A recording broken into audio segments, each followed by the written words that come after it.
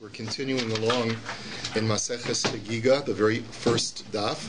We did the Mishnah yesterday, and so the first line of the Mishnah told us that Hakol Chayavin B'Re'iyah, that everyone is obligated to do the mitzvah of Re'iyah, which we saw either according to Rashi means to make a pilgrimage, and according to Tosfos it means to bring in Olas Re'iyah. As we'll see, the two are interchangeable because whoever is obligated to make a pilgrimage is obligated to bring that sacrificial korban, that burnt offering. So the Gemara's question is Hakol Asuyei Mai. When we say everyone, usually the word Hakol is coming to be inclusive. It's coming to tell you that even people that you might think are exempt are also obligated. So what is that coming to include? It's coming to include someone who's a half free man and a half slave. It's very easy to find that scenario.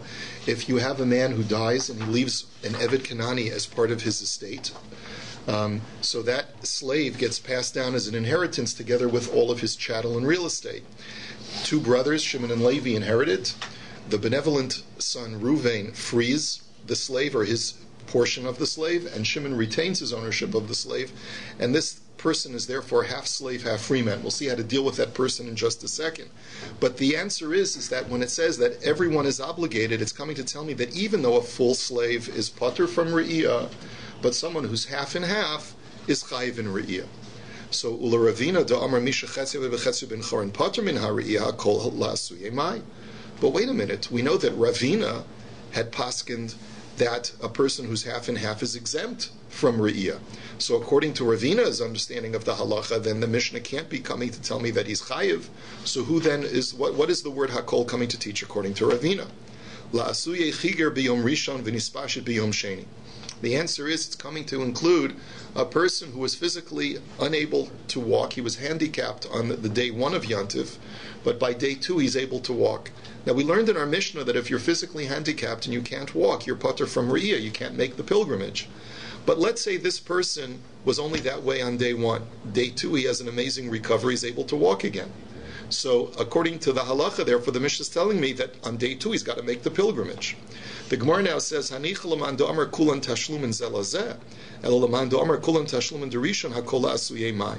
We're going to see later on that there's a machlokas as to how to conceptually understand how a person has all 7 days to bring his karbanos for the yantif. Now let's think about this for a second. We know that if you're supposed to lechatchila bring your korban chagiga and your korban or your olas re'iyah, you're supposed to bring them on the first day of yantif. But if you didn't bring it on the first day of yantif, you can make it up every subsequent day of the 7 days of the holiday. Now, conceptually, how does it work? Are we saying that each one of the days of yantif there's an obligation to bring those karbanos? Well, then if that's the case, it makes very good sense why, if a person couldn't walk on day one, but he can walk on day two, so his obligation is just as much on day two as it was on day one, so now that he's obligated, let him make the pilgrimage. But if you learn, there's the other way of learning, which is the only obligation of bringing the karbanos is on day one. And the Torah allows you that if b'di'evi you didn't bring it on the day of obligation, you have 6 days of makeup for that 1 day of obligation. So then think about it for a second. If that's the way conceptually you view it, if I was patur because I had a broken leg on day one, then all subsequent days I'm also going to be patur, because those days are only makeup for the person who had an obligation on day one. But if I was patur on day one, so then all the makeup days to day one I'm also going to be patur. So therefore the Gemara says, if you learn like the first way, that each day is a day of individual obligation, and therefore if you didn't bring it day one, bring it day two. If you didn't bring it day two, bring it day three, because they're all equally obligatory days. So then I could understand why the Mishnah is coming to tell me that this person is obligated if he's healed on day two. But if there's only 1 day of obligation and there's 6 days of makeup for that 1 day of obligation, so then why should that person be chayiv? Didn't we have this question for Shavuos, the fact that you can make it up? Shavuos obviously is not a 7-day holiday, right? But it's not a 7-day holiday, but you could conceptually look at Shavuos as the same day as well.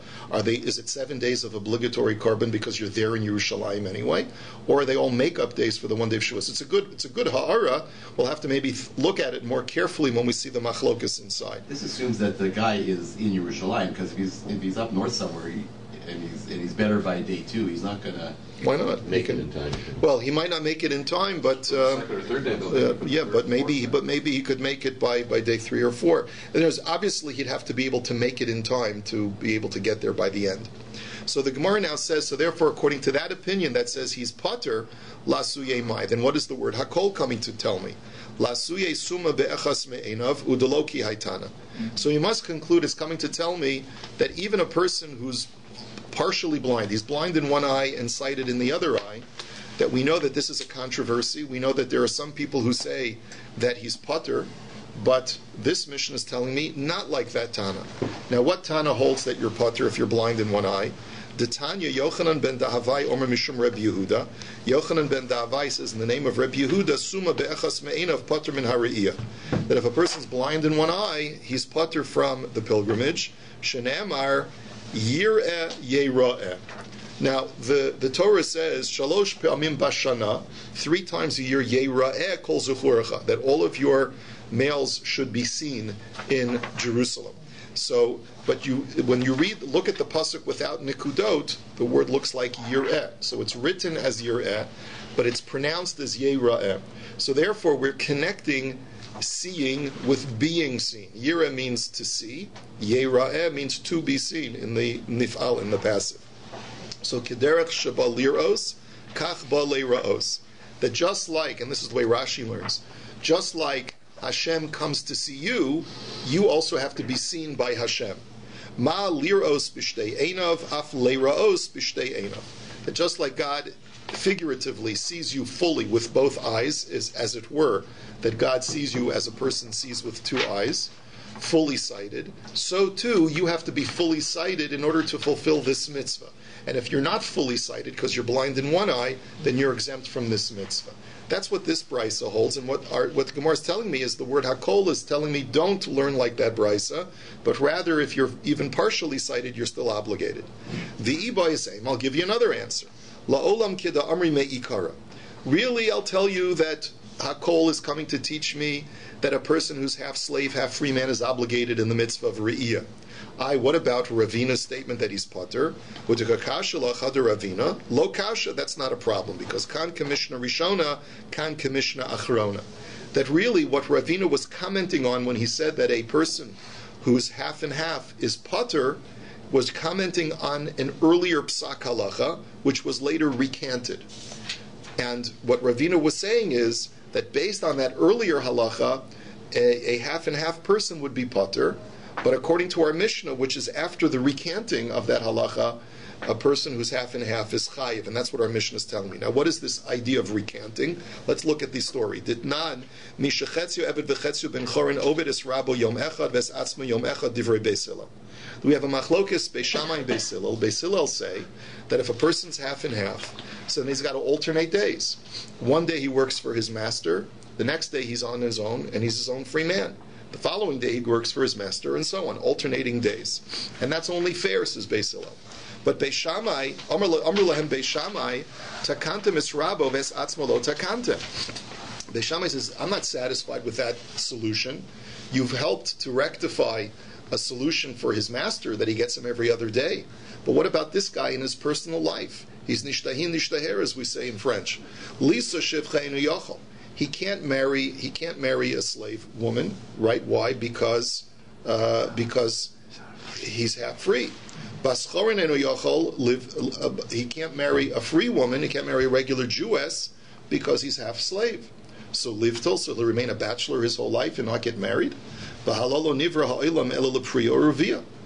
function of the world was to be fruitful and multiply. Shenemar lo tohu bira'a lo sheves yitzara. Now this is a pasuk in Yeshaya that God did not create the world for naught. He created it for procreation. Now the Tosfos asks an interesting question. Why don't you just say the mitzvah in the Torah of pru or vu, which is from the book of Bereshis, from the very first parsha? Why do you have to bring a pasuk from Yeshaya? So Tosfos gives an interesting answer. He says this is a more powerful mitzvah aseh.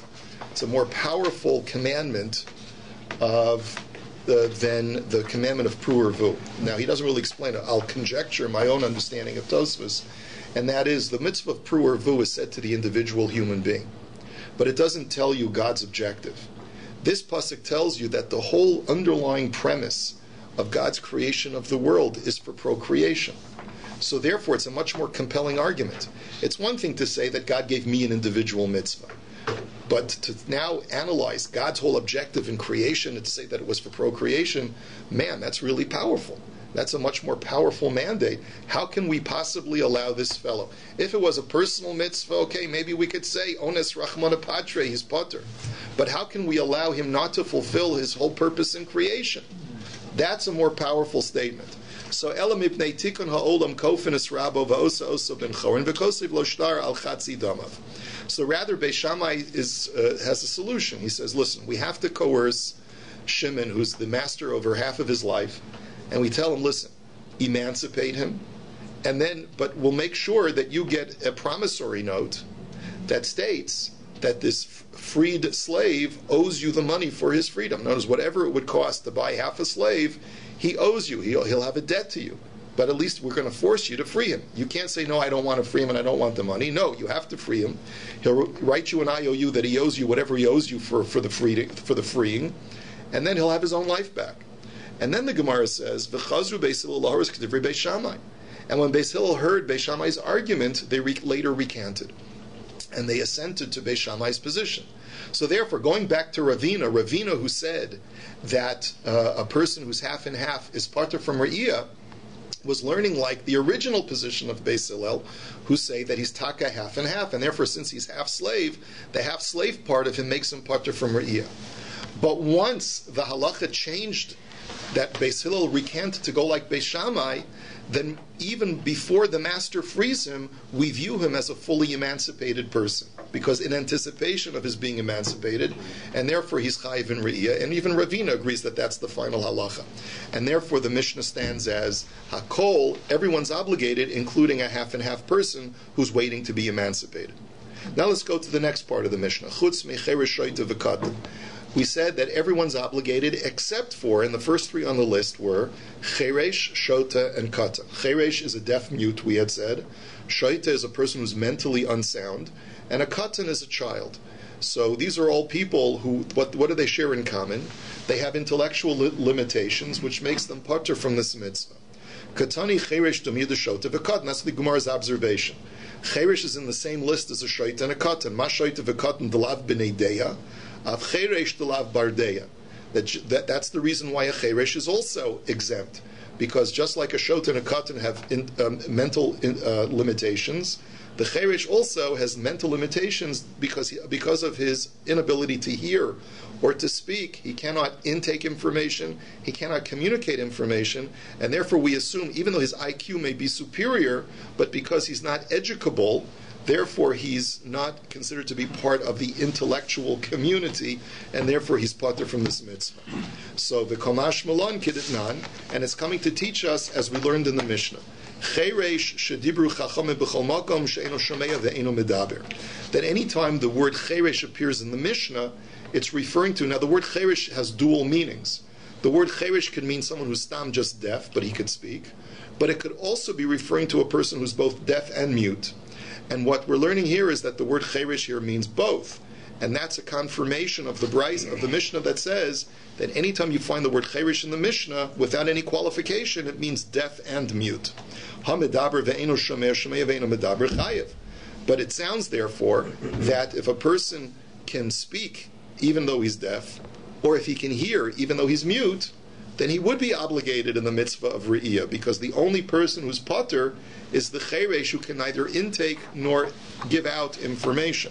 So Taninala, this is a confirmation of the following brisa. The Tanu Rabbanon, Hamedaber ve'eno shomeya zehu cheresh, shomeya ve'eno medaber ze'ilei. Now, the word cheresh, if you want to look at it in other places, sometimes the word cheresh can also mean a person who's deaf but cannot speak. And sometimes and when we want to describe a person who's mute but he can hear, we use the word elaine. So when you find the word cheresh generically in the Mishnah, it means deaf mute. But you can also sometimes find the word cheresh as a reference to a person who's merely deaf but is not mute. And if you want to describe the opposite, that he's mute but he can hear, then you use the word elaine. And in both of those cases, both in a case when a person can hear but cannot speak, or he can speak but cannot hear, these people have a halacha like any regular person who's completely healthy. Now, how can I prove to you that these words, cheresh and ilaim, mean, respectively, a deaf speaking person and a mute hearing person? Because the pasuk in Tehillim says that David HaMelech says, I am like a mute person who cannot, I am like a deaf person who cannot hear, I'm like a cheresh who cannot hear, and I'm like an ilaim who cannot speak. So you see that these words cheresh and ilaim mean deaf or mute, right? When you're only referring to one handicap and not to do a dual handicap. It doesn't distinguish with ilaim which one it is. No, it says ilaim means mute. Oh, ilaim. Cheresh means deaf but speaking. Ilaim means mute but hearing. The Ibois... Sign language wouldn't count. Signing wouldn't count, would it? Well, that's a whole shaila in halacha, whether the halacha has changed because of methods of communication that have advanced, and the poskim do indicate that the halacha has changed. Alternatively, I can also argue like this. In other words, even if you were to say that you cannot bring proof from Scripture what the terms mean in the current vernacular, because maybe biblical language is different from rabbinic language, but I can prove it to you from the vernacular as well, that in ilaim, in contradistinction to a cheresh, the word ilaim means a person who can verbalize. Ilaim is a person who's mute but can hear, and a person who's a cheresh is someone who's deaf but is able to speak. And how do I know that? Because the word ilaim is a contraction of the Aramaic term ishtakal milule, that his words have been, or his speech has been taken away. So therefore, if you take those words ishtakal milule, it means ilaim, and that proves to us that a person is mute. So that's what that's the proof that the word ilaim is a reference to a person who's mute, and cheresh is the opposite, is a reference to a person who's only deaf. Now, if that's the case, the Gemara then says, so we have a problem, because now you're telling me that medaber ve'enu shomeya she'enu ve'enu medaber is chayav. Therefore, our Mishnah is only excluding a person who is both deaf and mute. But you're telling me that if he's only deaf or if he's only mute, he's obligated in re'iyah. Medaber ve'enu shomea shemena ve'enu medaber pater. 1 second, the Brisa says just the opposite. The Brisa says that even if he only has one of the two handicaps, he's exempt from re'iyah. So how do you reconcile it? Amar Ravina v'tema Rava chisuri mechs Rava hachikatani. So the Amoraim say, yeah, you're right. The Brisa is incontrovertible. We know for sure that even if a person only has one of the handicaps, he's also going to be pater from re'iyah. So how do you reconcile it with what we just proved before? That the fact that you put him in the list with shaita and katan, it implies that he's both deaf and mute. So the answer is a little shtickle missing from our Mishnah, which I have to read as follows. Hakol chayavin b're'iyah uvesimcha chutz mecheresh hamedaber ve'enu shomeya shomeya ve'enu medaber shepater min ha're'iyah. So the way you read our Mishnah is like this. There are really two mitzvahs that our Mishnah is referring to. One is re'iyah and one is simcha. Re'iyah is the mitzvah of making a pilgrimage and bringing the burnt offering, the olas re'iyah, like Tosfos had told us. But there's an additional mitzvah, which is the mitzvah of simcha. And that can be done, what is the mitzvah of simcha? Eating the meat of a korban chagiga. And that you can accomplish even if you don't climb up to the Temple Mount. You can stay in Yerushalayim. And you don't have to bring, and you're exempt from a burnt offering, but you're still going to be chayiv in the mitzvah of simcha. So the Mishnah is telling me as follows. Everyone is obligated in these two mitzvahs, except for a person who only has one handicap, either he's mute or deaf. In that case, they're pater from re'iyah. But such a person with only one handicap is still obligated in the mitzvah of simcha. And we'll demonstrate why momentarily. And then we have the next statement. Ve'eshe'eno lo shameya v'lo medaber v'shota v'katan pater af min hasimcha holu pitur mikol mitzvahs hamuros b'torah. But if a person can neither hear nor speak, Or, then we add to the list, or a shaita or a katan. These are all people who are completely cut off from any intellectual information. So therefore, you're patur not only from the mitzvah of re'iyah, but you're even patur from the mitzvah of simcha. Why? Because these three categories are people with limited mental capacity, and therefore they're patur from all mitzvahs. So the way that we modify the Mishnah is, you're obligated in the mitzvah of simcha when you're only partially handicapped. But you're exempt from the mitzvah of re'iyah even if you only have one impairment, either hearing or speaking. And that's a confirmation of the new way we read our Mishnah. Taka, the psak halacha is, even if with only one impairment, you're patur from the mitzvah of re'iyah. But the reason why the Mishnah lists both impairments is because it's talking about both the mitzvah of re'iyah and the mitzvah of simcha. You're only patur from both if you have both impairments. But if you only have one impairment, you're taka patur from re'iyah, but you're still obligated in the mitzvah of simcha. See something, I mean, the carbon that he brings? The shlomim? He has to eat the basar of shlomim, of shalmei chagiga. It doesn't tell me that he has to bring the carbon. He has the mitzvah of eating the meat of the carbon. Why would the Mishnah be altered or corrected, so to speak, because of the brisa, which is a lower level? Isn't the Mishnah? Well, the brisa is not always accepted. But there are times when the Gemara knows that this is an accepted brisa. And this is, in other words, there are times when a brisa has already been accepted within the canon of the family of rabbinic text, and it's confirmed and it's accepted. But by the time the Gemara is written, there are certain brisas which are iffy, and there are certain brisas which are already confirmed. So the Gemara must have known that this brisa is not something that you can just play with and just reject. And therefore, we have to conclude that there's a modification necessary to this mission. Tanya nami hachi, hakol chayavin b're'iyah u'v'simcha, chutz mecherish ha'medaber ve'enu shomeya ve'enu medaber shepetur min ha're'iyah. V'afal pisha pater min ha're'iyah chayiv b'simcha. So this brisa confirms what we've just said, and it says so explicitly, that everyone is obligated in both mitzvahs of re'iyah and simcha, except for a person who has only one impairment. But even if he has only, but if he has only one impairment, and he's patur from re'iyah, he's still obligated to the mitzvah of simcha. And remember, simcha means enjoying the meat of the carbon.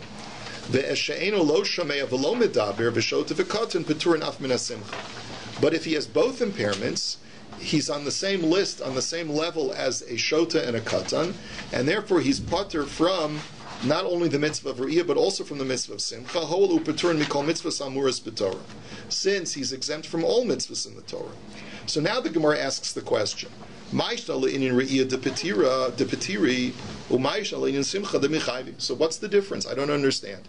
You're telling me that a person who only has one impairment is exempt from re'iyah, but he's obligated in simcha. What's the difference between the two? They both have to do with the sacrificial process on Yantav. Why one he's pater and the other one he's chayiv? So le'inyan re'iyah gomer re'iyah mehakel. The Gemara's answer is that we learn and we make a gzeira shava to the mitzvah of hakel based on the verb re'iyah, to be seen. Dichsiv hakel sa'am ha'anashim v'hanashim v'hataf. Now the mitzvah of hakel is done once every 7 years. The holiday of Sukkot after the Shemitah year, meaning a year from now, in the holiday of Sukkot, there's a mitzvah of hakel, to gather all men, women, and children together, and to recite, the king will recite before them the Sefer Torah. Uchsiv bevo kol Yisrael le'ra'os, and it says when all of the Jewish people come to be seen. So therefore you have the verb of seeing by hakel, so we connect to the mitzvah of the shalosh regalim of the pilgrimage. V'hasa minolan dirsiv laman yishma'u laman yilmadu. So how do you know that a person who is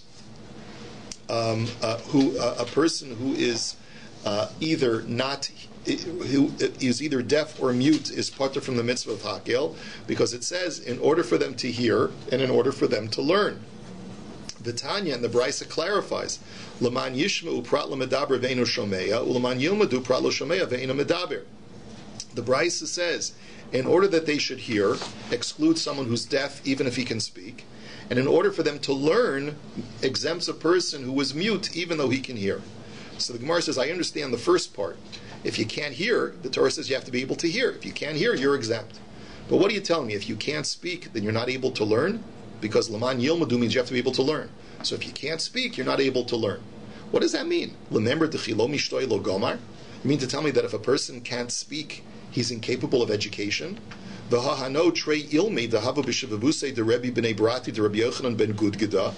Well, what about these two mute boys who lived in the neighborhood of Rebbe, and they were the grandchildren of Rabbi Yochanan ben Gudgeda, v'amrila b'nei achte de Rabbi Yochanan? Some say that they were the nephews of Rabbi Yochanan. D'chol emas dehabes ayil Rebbe lebei medrasha. And the statement is that whenever these two boys would go to the base medrash of Rebbe, they would come to his shir. Havu ayli v'yasvu kamayu u'minaydi b'reishayu merachashin sivafasayu. That they would sit in the front of the room, and anytime Rebbe would speak, they would nod their head in acknowledgement, meaning showing that they were following along with the information. And they would move their lips to acknowledge that they were getting it all in. Uboy Rebbe rachmi olayo v'itzu. Rebbe davened for them that they should be healed, and taka, a miracle took place, and they were able to speak once again. V'ishtakach dehavu gemiri hilchasa v'sifra v'sifri v'kula shas. And then it turned out when they gave them a farher, they gave them a test to see how much they knew. They taka knew all of Torah Shabbal Peh. So you see that just because a person is mute doesn't mean he's not capable of education. You can certainly educate a person who's mute. So how can you tell me that the words Laman Yilmadu is to the exclusion of a mute person? The Gemara says, Amar Mazutra, Karibe Laman Yilamedu. The Gemara says, you're right. You don't read the word Laman as Laman Yilmadu, but you read it as Laman Yilamedu, that they have to be capable of teaching, not learning. So a mute person is clearly capable of learning. But since he's not capable of teaching, and therefore because you could read the words the words as Laman Yilamedu, therefore the Torah is exempting anyone who can't give over information to others. So that's how I know that a person who has only one impairment, either deaf or mute, is put from the mitzvah of Hakel. And now that I know that he's put from the mitzvah of Hakel, I also know that he's patur from the mitzvah of Re'iyah. Now, Rav Ashi Amar, Vadai Laman Yilameduhu. So Rav Ashi says, put aside your proof from the story of the two mute boys that a mute person is capable of education. I'm going to prove to you from the pasuk itself that a mute person is excluded from the mitzvah of Hakel. And you know how I can prove it to you? And because it means that anyone who's not capable of teaching is patur. He says, the Ital Gadaitach Laman Yilmadu, the Kaven Delo Mishtoi Lo Gomar. Let's assume for a second that our premise is correct. Let's assume for a second that a mute person is not capable of learning. Okay, we'll put aside that story that proves not that way. But let's assume, like you had originally surmised, that a person who's mute is not capable of education, not capable of learning. Well, if that's the case, v'keven de lo shama lo gamar, haimilaman yishmu nafka. Well, if that's the case, then if your premise is correct that a person who can't speak can't learn, then why would the Torah need two phrases in order to exclude a deaf person and a mute person? Let the Torah just write laman yishmu, that anyone who's capable of hearing information is obligated in the mitzvah of Hakel, to the exclusion of anyone who is not capable of taking in information. So that would be inclusive of anyone who's not capable of taking in information, including both a deaf person and a mute person. So it can't be, then why would the Torah have to write Laman Yilmadu? So therefore these words are completely superfluous. Elavadai Laman Yilamedu. And therefore, regardless of whether a mute person can learn things or not, that's a non sequitur. In other words, but the way you have to read the pasuk is Laman Yilamedu, because no matter how you slice it, whether he's capable of learning or not, the words Laman Yilmadu must be implying that he's not capable of giving over information to others. Otherwise, the words would be superfluous. And that is our final proof that a person who only has one impairment is patur from Hakel, says Rav Ashi, and once he's patur from Hakel through the Gezerah Shava, he's also patur from the mitzvah of Re'iyah. And this is where we will hold it for today.